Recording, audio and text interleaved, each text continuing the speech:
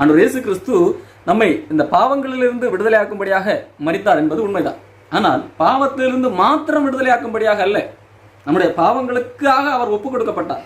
ஆனால் விடுதலை வெறும் பாவத்திலிருந்து மாத்திரமல்ல, அந்த பாவத்திற்கு காரணமான இந்த உலகத்திலிருந்தே விடுதலையாக்கும்படியாக, இந்த பிரபஞ்சத்தினின்றே விடுவிக்கும்படியாக இயேசு கிறிஸ்துவானவர் தம்மை ஒப்புக் கொடுத்தார். அது பிதாவுடைய சித்தத்தின்படி. பாருங்கள், ஒரு முறை கூட படியுங்கள். அவர் கலாத்தியர் 1:4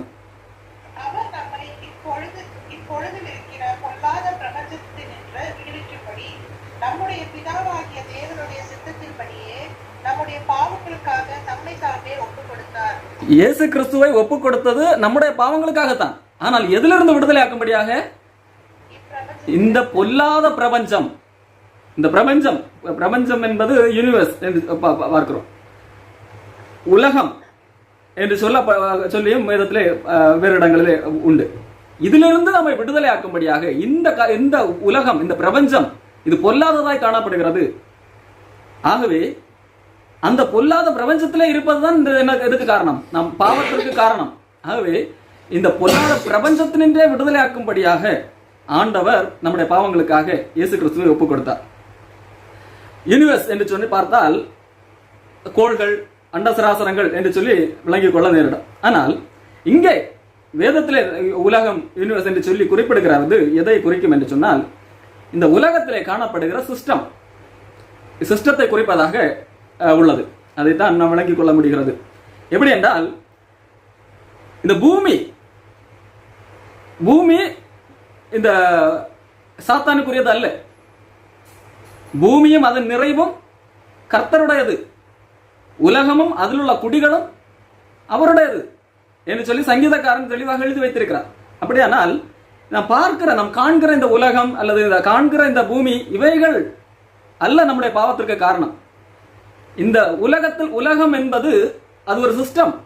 இப்போ இந்தியா என்று நாம் சொல்லுகிறோம். இந்தியா என்றால் எதை குறிக்கும்? அந்த மேப், அந்த இந்தியா, அந்த நில வரைபடத்தை மாத்திரம் குறிப்பதல்ல. இந்தியா என்றால் இந்தியாவில் உள்ள மக்களை குறிக்கும், இந்திய அரசாங்கத்தை குறிக்கும். அதே போல இந்த உலகம் அல்லது பிரபஞ்சம் என்கின்ற இந்த வார்த்தைகள் எல்லாம் வெறும் நம்ம கண்களால் பார்க்கக்கூடிய கோள்கள், பூமி, இவைகளை அல்ல குறிப்பது. அவைகள் ஆண்டவருடையதுதான், அது வேதம் தெளிவாக சொல்லுகிறது. ஆனால் இந்த இடத்துல பிரபஞ்சம் அல்லது இந்த உலக சிஸ்டம் என்பது பிசாசனுடையது என்பதை வேதம் தெளிவாக சொல்லுகிறது. வேதம் 2 கொரிந்தியர் 4:4 2 கொரிந்தியர் 4:4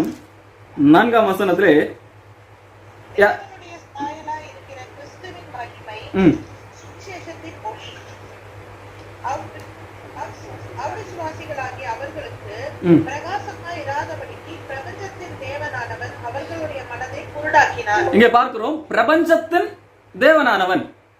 பிரபஞ்சத்தின் தேவனானவன் யாரு என்று சொல்லி பார்க்கிறோம். இங்கே பிசாசு அல்லது சாத்தானை குறித்து இங்கே ஒப்பிடப்பட்டிருக்கிறது.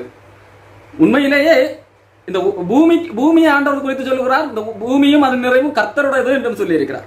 ஆகவே நாம் தெளிவாக விளங்கிக் கொள்ள வேண்டியது என்றால், நாம் பார்க்கிற இந்த பூமி, இயற்கை காட்சிகள், இது எல்லாம் சாத்தானுக்குரியதல்ல.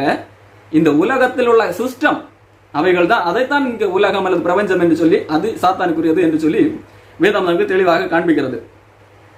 இன்னும் சொல்ல போனால், ஆண்டவர் இயேசு கிறிஸ்துவை சாத்தான் சோதிக்கிறான். மத்தேயு 4 அங்கே சோதித்துக்கும் போது ஆண்டவர் இயேசு கிறிஸ்துவோடு அவன் பேசுகிறான். இந்த கல்லுகளை அப்பமாக்கி சாப்பிடும். அடுத்ததாக பூமியில் உள்ள எல்லா மகிமையையும் காண்பித்து, இவைகளை எல்லாம், இந்த மகிமையை எல்லாம் உமக்கு தருவேன், நீ என்னை வணங்கினால் போதும் என்பதாக சொல்லுகிறார். அடுத்ததாக தேவாலயத்தின் உப்பரிகையிலே கொண்டு நிறுத்திவிட்டு இங்கிருந்து கீழே தாழ குதியும் தேவதூதர்கள் வந்து காப்பாற்றுவார்கள். இந்த இடத்திலே அவன் காண்பித்த இந்த பூமியினுடைய காரியங்கள் அதையெல்லாம் படைத்தது ஆண்டவர் தான். ஆனால் இங்கே சாத்தான் இதனுடைய மகிமை உமக்கு தருவேன் என்பதாக சொல்லுகிறார். இங்கே இயற்கைகள் எல்லாம் ஆண்டவருடையது. ஆனால் அதை காட்டி தூண்டுகிற இந்த ஆசை இருக்கிறது அல்லவா, இச்சை, இது சாத்தானுடையது. உதாரணத்திற்கு, ஆண்டவர் அப்பத்தை பெருக பண்ணி 5000 பேருக்கு கொடுக்கிறார். அப்பம் சாத்தானுடையது அல்ல. ஆண்டவர் ஒரு 5 அப்பத்தை 5000 பெருக வைக்கிறார். அது ஆண்டவருடையது. ஆனால் அந்த அப்பத்தை தன்னுடைய சுயநலத்திற்காக, ஆசைக்காக பயன்படுத்தும் போது அது சாத்தானுடையதாக இருக்கிறது. அதைத்தான் அங்கே சாத்தான் பேசுகிறார். இந்த கல்லை அப்பமாக்கி சாப்பிடு, உன்னுடைய ஆசையை தீர்த்துக்கொள்.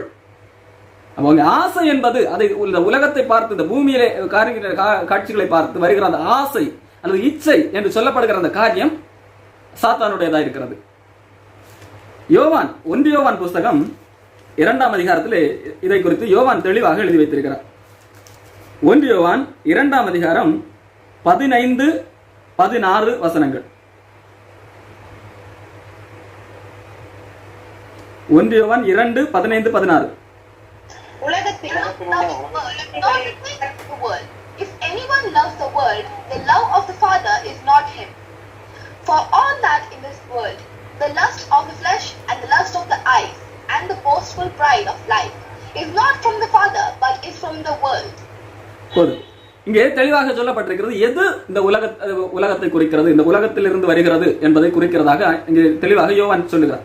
எது மாம்சத்தின் இச்சை, கண்களின் இச்சை, ஜீவனத்தின் பெருமை.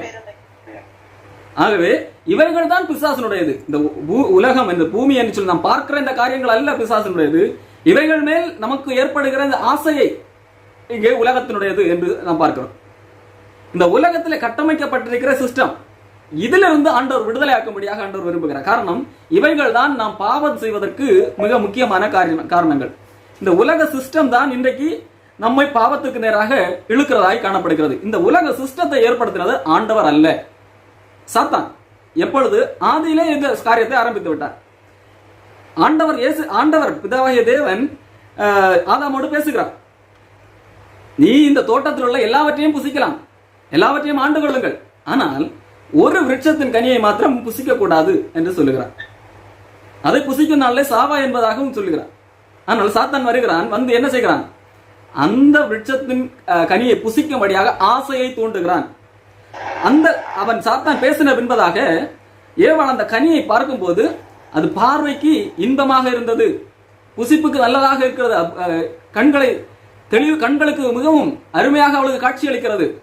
இங்கே அவன் அந்த தூண்டுகிற அந்த ஆசை என்பது அது பிசாசினால் உருவாக்கப்படுகிறது. அன்புக்குரியவர்களே, நாம் இந்த பூமியை பார்க்கும்போது நமக்குள்ளாக ஒரு ஆசை வருகிறது, ஒரு இச்சை வருகிறது. அதுதான் பிசாசினுடையதாக காணப்படுகிறது. இதிலிருந்து ஆண்டவர் நம்மை விடுதலையாக்க விரும்புகிறார். காரணம், ஆசைதான் அல்லது இச்சை தான் பாவத்திற்கு காரணம். இதை யாக்கோபு எழுதுகிறார், பின்பு இச்சையானது கர்ப்பந்தரித்து பாவத்தை பிறப்பிக்கும், பாவம் பூரணமாகும் போது மரணத்தை பிறப்பிக்கும். பாருங்கள், இச்சை தான் கர்ப்பந்தரித்து பாவத்தை பிறப்பிக்கிறது. ஆண்டவர் வெறும் பாவத்திலிருந்து நம்மை விடுதலையாக்க விரும்பவில்லை, பாவத்துக்கு காரணமான அந்த இச்சையிலிருந்தே ஆண்டவர் நம்மை விடுதலையாக்க விரும்புகிறார். அது இந்த உலகத்திலிருந்து உண்டான காரியங்கள். அன்புகிறவர்களை, சற்று சிந்தித்து பாருங்கள். இன்றைக்கு உலகத்திலே மனிதன் படுகிற அத்தனை வேதனைகளுக்கும் அல்லது பாடுகளுக்கும் காரணம் கண்டிப்பாக அவனுடைய ஆசைகளாகத்தான் காணப்படும். ஒரு மனிதன் ஏன் கடனாளியாக மாறுகிறான், ஒரு மனிதன் ஏன் கடனோடு வாழ்ந்து கொண்டிருக்கிறான்? பெரும்பாலும் அவன் தன்னுடைய வாழ்க்கையிலே ஆண்டவர் கொடுத்ததை போதும், ஆண்டவர் கொடுத்தது போதும் என்கின்ற மனதுடனே வாழாமல், இந்த உலக சமுதாயத்திலே நான் வாழ வேண்டும் என்றால் எனக்கு இந்த ஒரு ஸ்டேட்டஸ் வேண்டும், அதற்கு இப்படியாக ஒரு வீடு இருந்தால் மாத்திரம்தான் என்னுடைய கௌரவம் நிலைநிற்கும் என்கின்ற ஒரு எண்ணம். அது நிமித்தம் எனது கடன்களை வாங்கி நிலைமைக்கு மீறி எனது அதற்கேற்ற வீடுகளை கட்டி கடனாளியாகிறார். இல்லை என்று சொன்னால், ஒரு சாதாரண ஒரு வாகனம் இருந்தால் அது யாரும் என்னை மதிக்க மாட்டார்கள். ஆகவே எல்லாரும் மதிக்கத்தக்க விதத்தில் ஒரு வாகனம் வாங்க வேண்டும் அவன் என்று சொல்லி அதற்காக கடனாளியாகிறான். ஒரு மனிதன் சாதாரணமாக சிக்கி இருக்கிற அத்தனை பிரச்சனைகளுக்கும் காரணம் என்னது? ஆசைகள், இச்சைகள். இதுதான் உலகத்தினால் உண்டானவைகள். அன்புக்குரியவர்களே, ஆண்டவர் இதிலிருந்து நம்மை விடுதலையாக்க விரும்புகிறார். அதற்காகத்தான் ஆண்டவர் இயேசு கிறிஸ்து மரித்தார். எப்படி விடுதலையாக்குகிறார்? இயேசு கிறிஸ்துவை விசுவாசித்து ஒரு மனிதன் நான் பழைய மனிதனை மரித்து அடக்கம் பண்ணுகிறேன் என்கின்ற போது அவனுக்குள்ளாக என்ன மாற்றம் நடக்கிறதாம்? கலாத்தியர் 5ஆம் அதிகாரம் 24ஆம் வசனத்தை படியுங்கள். கலாத்தியர் 5ஆம் அதிகாரம் 24ஆம் வசனம்.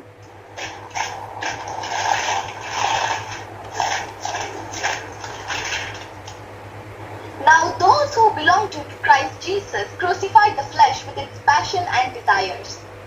இங்கே பாருங்கள், கிறிஸ்துவினுடையவர்கள், அதாவது கிறிஸ்துவினுடையவர்கள் அல்லது கிறிஸ்தவர்கள் என்பவர்கள் தங்கள் மாம்சத்தையும் அதனுடைய ஆசைகளையும் அதனுடைய இச்சைகளையும் சிலுவையில் அறைந்திருக்கிறார்கள். அப்போ ஒரு கிறிஸ்தவனுக்கு என்று என்ன இருக்கக்கூடாது? ஆசை, இச்சைகள், ஆசையும் இருக்கக்கூடாது, இச்சையும் இருக்கக்கூடாது. அப்போ இன்றைக்கு எத்தனை கிறிஸ்தவர்கள் இந்த வசனத்திற்கு கட்டுப்பட்டவர்களாய் காணப்பட்டுக் கொண்டிருக்கிறார்கள்?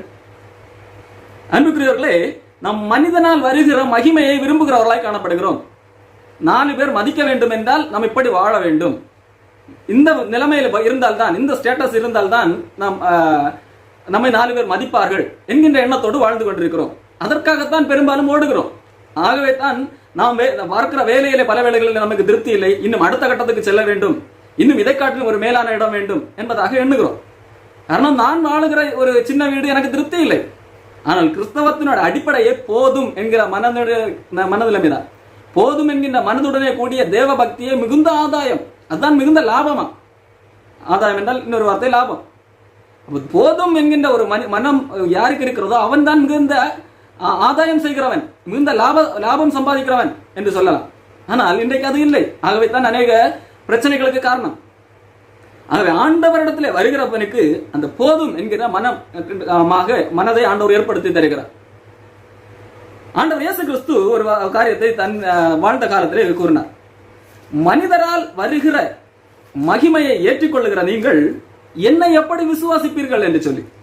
யோவான் 5ஆம் அதிகாரம்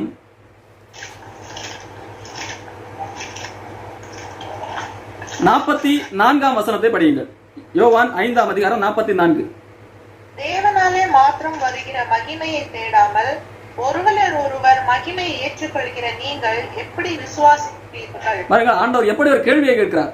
தேவனிடத்திலிருந்து வருகிற மகிமையை விரும்பாமல், தேவனிடத்தில் வருகிற புகழ்ச்சியை விரும்பாமல், ஒருவரால் ஒருவர், இந்த மனிதன் என்னை புகழ வேண்டும், இந்த மனிதனிடத்தில் எனக்கு மகிமை வேண்டும் என்பதற்காக உழைக்கிறவர்கள், என்பதற்காக வாழுகிறவர்கள் எப்படி என்னை விசுவாசிப்பீர்கள்?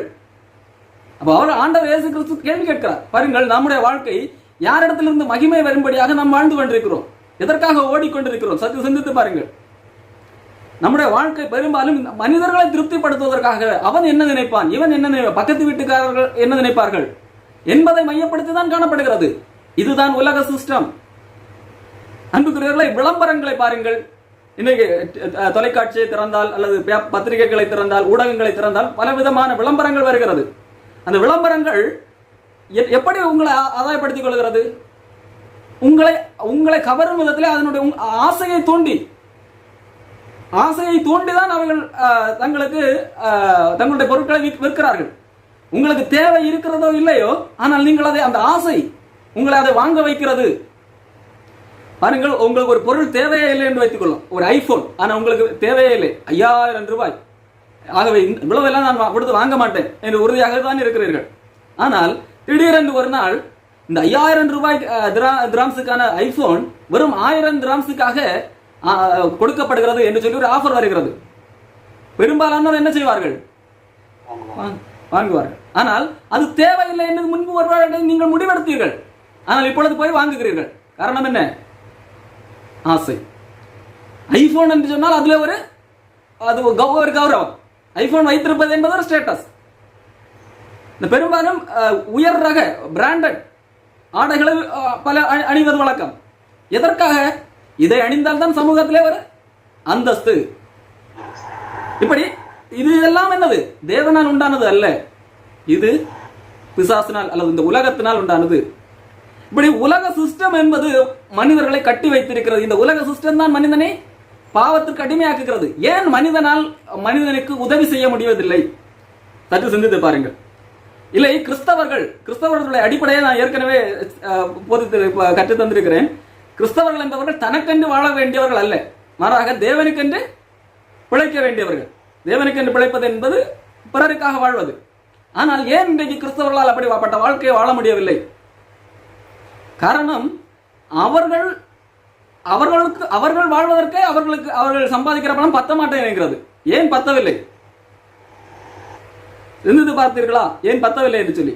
ஒரு மனிதன் உதாரணத்திற்காக 10,000 ரூபாய் சம்பாதிக்கும் போது அவருடைய வாழ்க்கையை அந்த 10,000 ரூபாய்க்காக ஏற்ற விதத்திலே தெளிவாக திட்டமிட்டு அந்த சம்பாதித்ததுக்குள்ளாக வாழ்க்கையை நடத்தி கொண்டிருக்கிறார்.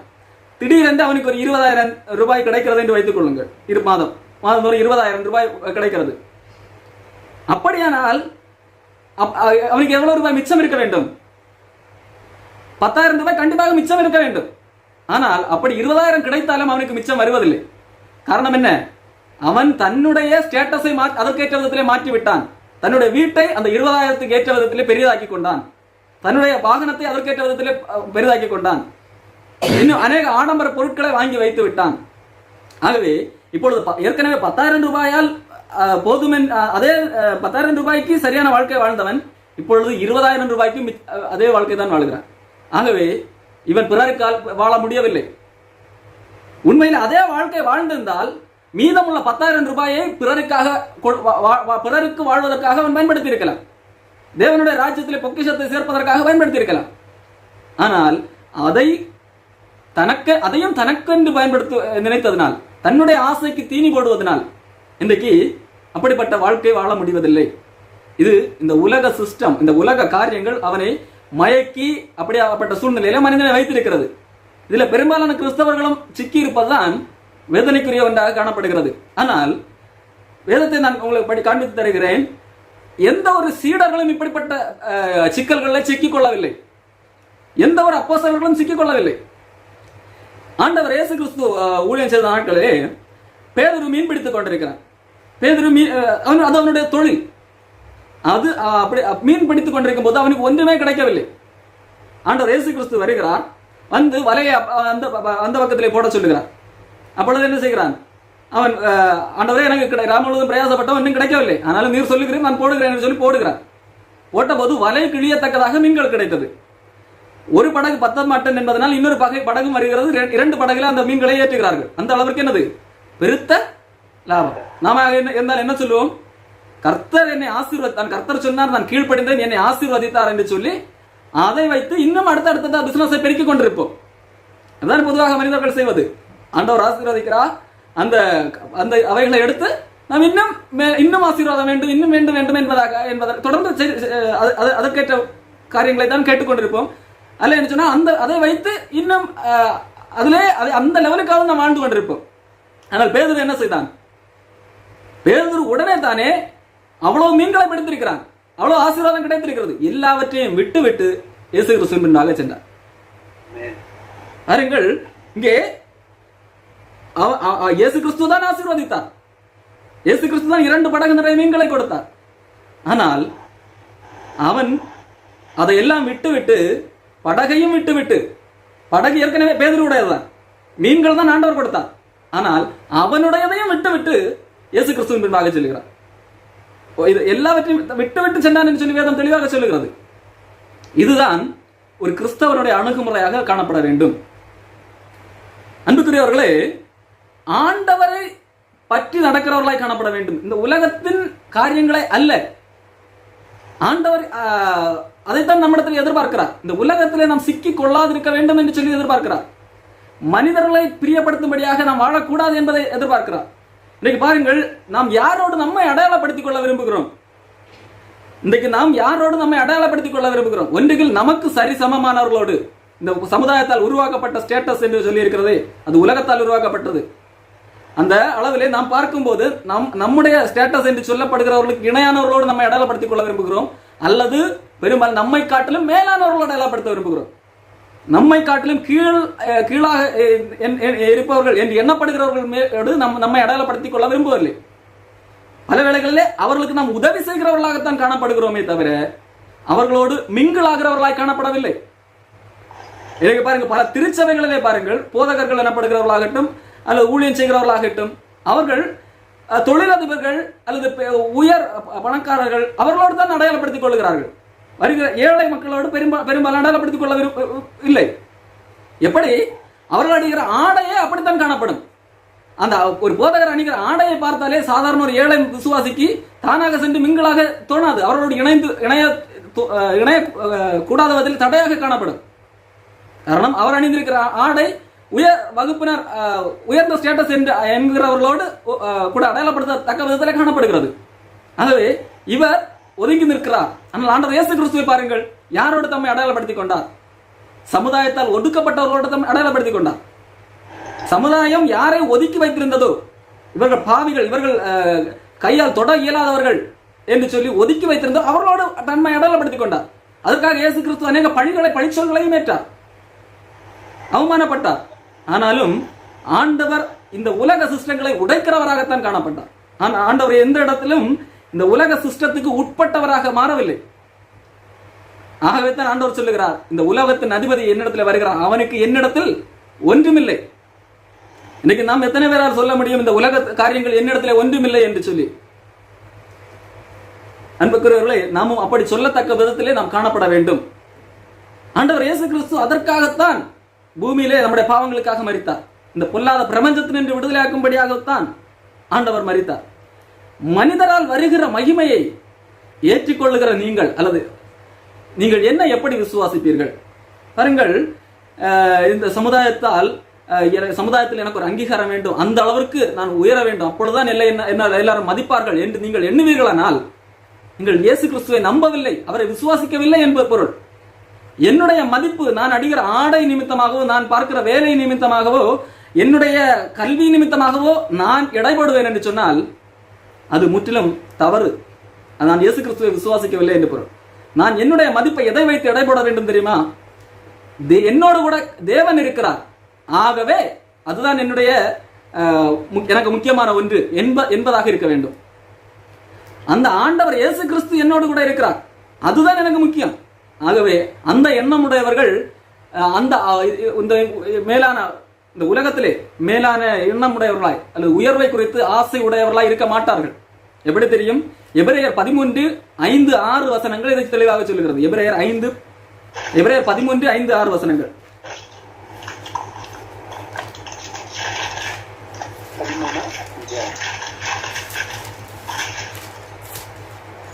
நீங்கள் பண ஆசை இல்லாதவர்களாய் நடந்து உங்களுக்கு இருக்கிறவைகள் போதும் என்று எண்ணுங்கள். நான் உன்னை விட்டு விலகுவதும் இல்லை, உன்னை கைவிடுவதும் இல்லை என்று அவர் சொல்லி இருக்கிறாரே. அதனாலே நாம் தைரியம் கொண்டு, கர்த்தர் எனக்கு சகாயர், நான் பயப்படேன், மனுஷன் எனக்கு என்ன செய்வான் என்று சொல்லலாமே. பாருங்கள், கர்த்தர் எனக்கு சகாயர், மனுஷன் எனக்கு என்ன செய்வான் என்று சொல்லலாமே.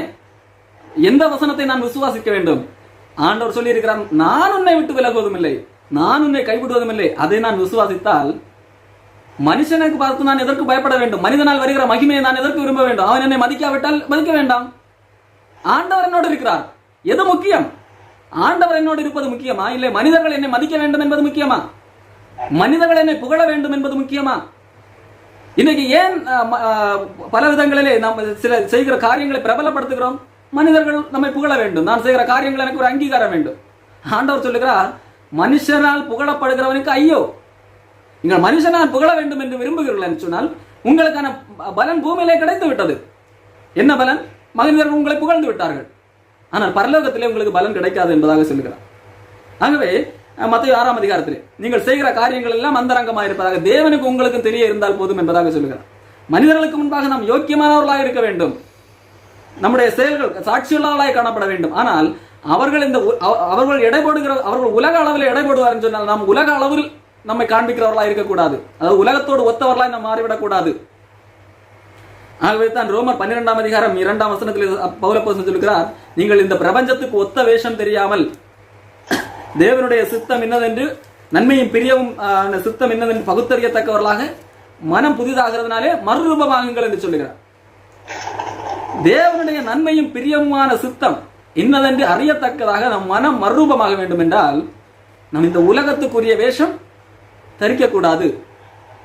ஆனால் பல வேளைகளில் நாம் இந்த உலகத்தோடு ஒத்துதான் போய் கொண்டிருக்கோம். இன்றைக்கு ஒரு கேள்வியை கேட்டு பாருங்கள், ஆண்டவரை அறியாத ஒரு மனிதன், அவனுக்கும் என்னுடைய வாழ்க்கையிலும் என்ன வித்தியாசம் காணப்படுகிறது? அவனும் உலகத்திலே உயர வேண்டும், உலகத்திலே மனிதர்களால் புகழப்பட வேண்டும், உலகத்திலே எனக்கு ஒரு அங்கீகாரம் கிடைக்க வேண்டும் என்று ஓடிக்கொண்டிருக்கிறான். நானும் அதைத்தான் செய்கிறேன். அவன் அவனுடைய கடவுள் பெயரிலே செய்கிறான், நான் என்னுடைய கடவுள் பெயரிலே செய்கிறேன், அவ்வளவுதான் வித்தியாசம். ஆனால் நோக்கம் ஒன்றுதான். ஆண்டவர் இங்க எதை நம்முடைய நோக்கங்களையே மாற்ற சொல்லுகிறார். ஆண்டவர் நம்முடைய நோக்கத்தையே மாற்ற சொல்லுகிறார். ஏற்கனவே ஒரு பேதுருவின் வாழ்க்கையிலே நடந்த ஒரு நிகழ்வை சொன்னேன். இதே போல எரிக் லிடில் என்கின்ற ஒரு மனிதன், ஓட்டப்பந்தய வீரர், அவர் தன்னுடைய நாட்டிற்காக ஒலிம்பிக்கில் ஓடும்படியாக அவரை குறித்திருந்தார்கள். காரணம், அவர் மிகுந்த சாதனையாளர். 100 மீட்டர் ஓட்டப்பந்தயம் என்றால் அவரை வெல்வதற்கு ஒருவரும் கிடையாது. அப்படிப்பட்ட நபர் தன்னுடைய நாட்டுக்காக ஒலிம்பிக்கில் ஓடுவதற்காக அவருடைய பெயர் பரிந்துரைக்கப்பட்டது. அதன்படியாக அவருடைய அந்த ஒலிம்பிக் போட்டியும் வந்தது. அந்த நாட்டிலே 400 மீட்டர் ஓடக்கூடிய அளவிலே யாரும் இல்லை. ஆகவே இவர் 400 மீட்டர் ஓட மாட்டார். அது இவர் அதற்குரிய பயிற்சியை பெற்றவர் அல்ல. ஆனால் வேறு ஆள் இல்லாதபடினால் சும்மா ஒரு கடமைக்காக இவருடைய பெயரை 400 மீட்டரிலும் சேர்த்து விட்டிருந்தார்கள். அந்த ஓட்டப்பந்த நாள் வந்தது. அந்த நாள் ஞாயிற்றுக்கிழமையாக இருந்தது. இந்த எரிக் லிடில் என்கிற மனிதர் ஞாயிற்றுக்கிழமை என்கிற நாள் நான் ஆலயத்துக்கு செல்ல வேண்டும், ஆண்டவரை ஆராதிக்கக்கூடிய நாள். ஆகவே இந்த நாளிலே தான் ஒலிம்பிக் போட்டி காணப்படுகிறது. ஆகவே இந்த நாளிலே என்னால் இந்த போட்டியிலே கலந்து கொள்ள முடியாது என்று சொல்லி தீர்மானம் எடுக்கிறார். அந்த நாட்டு பிரஜைகள் இவரை வற்புறுத்துகிறார்கள். ஆனாலும் முடியாது என்று சொல்லி விடுகிறார். இவரை திட்டி விட்டார்கள். உன்னுடைய பெயரை கொடுத்ததற்கு நீங்கள் நாட்டை நன்றாக அவமானப்படுத்தி விட்டார்கள் என்று சொல்லி கேவலமாக பேசிவிட்டார்கள். முடிந்தது. அந்த போட்டியிலே அவர் கலந்து கொள்ளவில்லை. அவர் ஆலயத்திற்கு சென்றார். அடுத்ததாக 400 மீட்டர் போட்டி, அது இன்னொரு நாளிலே வந்தது. இதிலே இவர் பயிற்சி பெற்றவர் அல்ல, சும்மா ஒரு கடமைக்காக தான் என்னுடைய பெயர் கொடுக்கப்பட்டிருந்தது. ஆனால் அந்த போட்டியிலே இவர் அசாத்திய விதத்திலே ஓடி வெற்றி பெற்றார். ஆண்டவர் என்னை கனம் பண்ணுகிறவர்களை நான் கனம் பண்ணுவேன் என்று சொல்லி இருக்கிறார். ஆகவே வாய்ப்பே இல்லாத இவரும் நினைக்கவில்லை, இவருடைய நாட்டு மக்களும் நினைக்கவில்லை. காரணம், இவர் அந்த போட்டியிலே பயிற்சி பெற்றவர் அல்ல. 100 மீட்டர் ஓட்ட பந்தயத்துக்கு பயிற்சி பெறுவதற்கும் 400 மீட்டர் ஓட்ட பந்தயத்துக்கு பயிற்சி பெறுவதற்கும் மிகப்பெரிய வித்தியாசம் உண்டு. அதுக்குரிய ஸ்டாமினா, ஸ்ட்ராட்டஜி எல்லாம் வேறு. ஆனால் இவர் 400 மீட்டர் ஓட்ட பந்தயத்தில் வெற்றி பெற்றது எல்லாருக்கும் ஆச்சரியம்.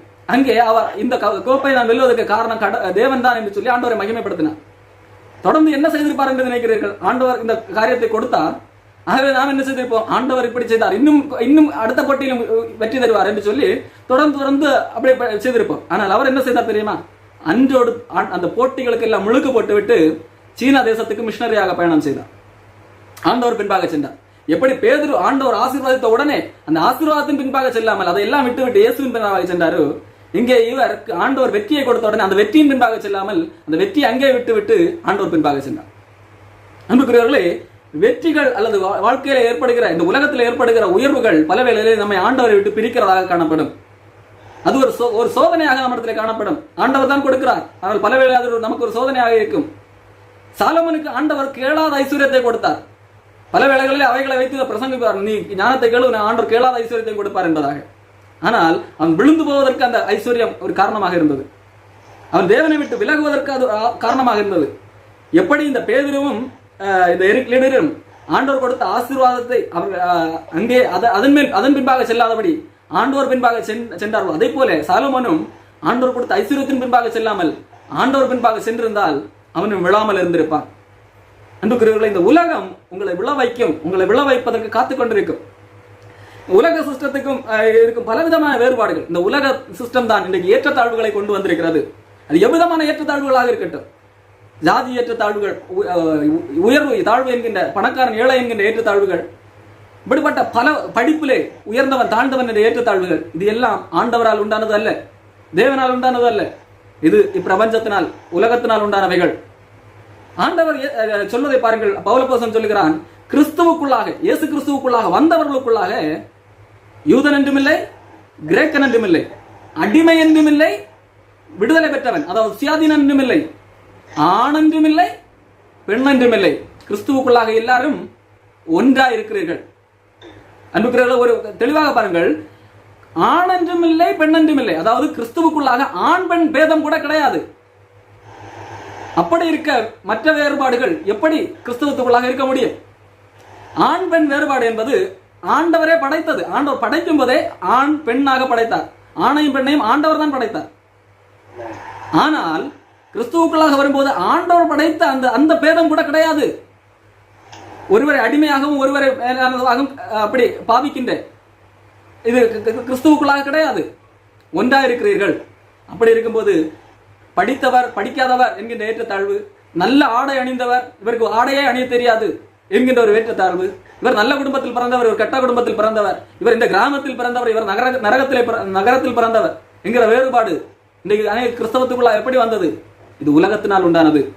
அன்புக்குரியவர்களே, இன்னைக்கு கிறிஸ்தவ குடும்பங்கள் திருமணத்துக்கு பெண் அல்லது துணை தேடும் போது ஒருவேளை ஜாதி ஏற்றத்தாழ்வுகளை பார்க்கிறார்கள். சிலர் அதை பார்க்காவிட்டாலும் பணம் அதை பார்க்கிறார்கள். அல்லது அதையும் பார்க்காதவர்கள் கண்டிப்பாக படிப்பை பார்க்கிறார்கள். இவர் இவ்வளவு படித்திருக்கிறார், கண்டிப்பாக இதற்கு கீழாக படித்த ஒரு நபர் எனக்கு வேண்டாம். எப்படி இந்த ஏற்றத்தாழ்வு வந்தது? கிறிஸ்துவுக்குள்ளாக எல்லாரும் ஒன்றா இருக்கிறார்கள் என்கிற வார்த்தை எங்கே போனது? ஏன் இந்த ஏற்றத்தாழ்வு வருகிறது தெரியுமா? அவர்கள் சொல்லும்போது, நாங்கள் வேறு ஒரே அளவில் படித்திருந்தால், அவர் படிக்காவிட்டால் அவர்களுக்குள்ளாக அந்த விட்டு கொடுக்கின்ற மனநிலை வராது. ஆகவே ஒரே அளவில் படித்து இருந்தால் ஓரளவுக்கு புரிந்து கொள்வார்கள் என்று. அன்புக்குரியவர்களே, எப்படி போய்கொண்டிருக்கிறது? கிறிஸ்தவத்தினுடைய அடிப்படையை விட்டுக் கொடுக்கிறது தான். இந்த விட்டுக் கொடுக்கிறதும் மன்னிக்கிறதும் இவைகள் தான் கிறிஸ்தவத்தின் அடிப்படை. இது இல்லாததினால், அதை சரி செய்வதற்காக இந்த விட்டுக் கொடுக்கிற மனம் இல்லாததினால், அந்த ஈகோவை அழிக்க மனம் இல்லாததினால், அதை மேட்ச் செய்வதற்கு எப்படி ஒரே அந்தஸ்து, ஒரே படிப்பு அல்லது ஒரே பணம் படைத்தவர்களை இணைக்கிறவர்களாக இன்றைக்கு மனிதர்கள் மாறி போனார்கள். மனிதர்கள் என்றால் மனிதர்களை குறை சொல்லவில்லை, இந்த உலக சிஸ்டம் அப்படி மாற்றி வைத்திருக்கிறது மனிதர்களை. ஆனால் கிறிஸ்தவர்கள் இதற்குள்ளாக சிக்கக்கூடாது. ஆண்டவர் இதிலிருந்து விடுதலையாக்கும்படியாகத்தான் நம்முடைய பாவங்களுக்காக ஒப்பு கொடுத்தார் என்று சொல்லி தான் வாசித்தோம். ஆகவே கிறிஸ்தவர்களுக்குள்ளாக இன்னும் அநேக வேறுபாடுகள் உண்டு. ஒரு காரியத்தை சொல்லி முடிக்கிறேன். இந்த உலக சிஸ்டம் எதை போதிக்கிறது? ஒரு நாடு இன்னொரு நாட்டை வெற்றி கொள்ள வேண்டுமானால் என்ன செய்ய வேண்டும்? போர் செய்ய வேண்டும், யுத்தத்தை கையாள வேண்டும். ஆனால் தேவனுடைய ராஜ்யம் அல்ல அது. தேவனுடைய ராஜ்யம் என்ன தெரியுமா? மறுகணத்தை காட்ட வேண்டும். அங்கியை எடுத்தால் வஸ்திரத்தையும் சேர்த்து கொடுக்க வேண்டும். பேசினால் திட்டினால் மன்னிக்க வேண்டும். அதாவது அன்பு சாம்ராஜ்யம். இதான் உலக சாம்ராஜ்யத்துக்கும் தேவனுடைய ராஜ்யத்துக்கும் உள்ள வித்தியாசம். அன்புக்குரியவர்கள், இன்றைக்கு கிறிஸ்தவர்கள் கூட சண்டை வந்தால் கோர்ட்டுக்கு செல்கிறோம். காரணம் என்ன? நம் உலக சிஸ்டத்துக்குள்ளாக, இந்த பிரபஞ்சத்துக்குள்ளாக சிக்கொண்டிருக்கிறோம். இந்த உலகத்திலே ஒரு அதிகாரி அல்லது தலைமை பண்புள்ளவர்கள் என்றால் என்ன செய்வார்கள்? தனக்கு கீழாக உள்ளவர்களை சபார்டினேட்டாக அல்லது ஒரு அடிமைகளை போல, வேலைக்காரர்களை போல நடத்துவார்கள். ஆலயத்திலே கூட ஒரு பாஸ்டர் இருக்கிறாங்க, தனக்கு கீழாக சில துணை போதகர்களை ஒரு அடிமை போல அவருக்கு வேலை செய்கிறவர்களாக, சேவை செய்கிறவர்களாக வைத்திருப்பார்கள். ஆண்டவர் என்ன சொல்லுகிறார் தெரியுமா? உங்களில் முதன்மையாக இருக்க விரும்புகிறவன் மற்றவர்களுக்கு சேவை செய்ய வேண்டும். நான் முதன்மையான தலைமை போதகராக இருக்க வேண்டும் என்றால், எனக்கு கீழாக நான் ஒரு 4 பேரை வைத்திருந்தால் நான் அவர்களுக்கு ஊழியம் செய்ய வேண்டும். அவர்கள் அல்ல எனக்கு ஊழியம் செய்வது. இன்னைக்கு எல்லாம் மாறி நடந்து கொண்டிருக்கிறது. நான் ஊழியம் என்றால், நான் ஊழியக்காரன் என்று சொல்ல, இன்றைக்கு என்ன நடக்கிறது? எனக்கு கீழாக 100 பேர் இருக்கிறார்கள், 100 பேரும் சேர்ந்து எனக்கு ஊழியம் செய்ய வேண்டும் என்கிற அந்த வேலை காணப்படுகிறோம். 100 பேரும் சேர்ந்து எனக்கு சேவை செய்யக்கூடிய நிலைமை இன்றைக்கு காணப்படுகிறது. நான் என்ன செய்ய வேண்டும்? நான் ஊழியம் செய்ய வேண்டால் நான் தான் 100 பேருக்கும் ஊழியம் செய்ய வேண்டும். இதுதான் இந்த காரணம். என்னது? உலக சிஸ்டத்துக்குள்ளாக சிக்கொண்டிருக்கிறோம். ஆண்டவர் இந்த பிரபஞ்சத்தின் என்று விடுதலையாக்கும்படியாக இந்த பூமிக்கு வந்தார். அவர் மரித்தார். இந்த உணர்வு உள்ளவர்கள் இந்த பிரபஞ்சத்திலிருந்து விடுதலை பெற வேண்டும். ஆண்டவர் இயேசு கிறிஸ்துவுக்குள்ளானவர்கள் நம்முடைய சுயத்தை அழிக்க வேண்டும், நம்முடைய ஆசைகளை அழிக்க வேண்டும், நம்முடைய இச்சைகளை அழிக்க வேண்டும், அவைகளை சிலுவையில் அறைய வேண்டும். அவர் ஏற்கனவே அறைந்திருக்கிறார்கள் என்று சொல்லி பவுல் சொல்லுகிறார். ஒருவேளை இதுவரை அறையாவிட்டார், இப்பொழுது அறைந்து விடுவோம். கர்த்தர் உங்களை ஆசீர்வதிப்பார். ஆமென்.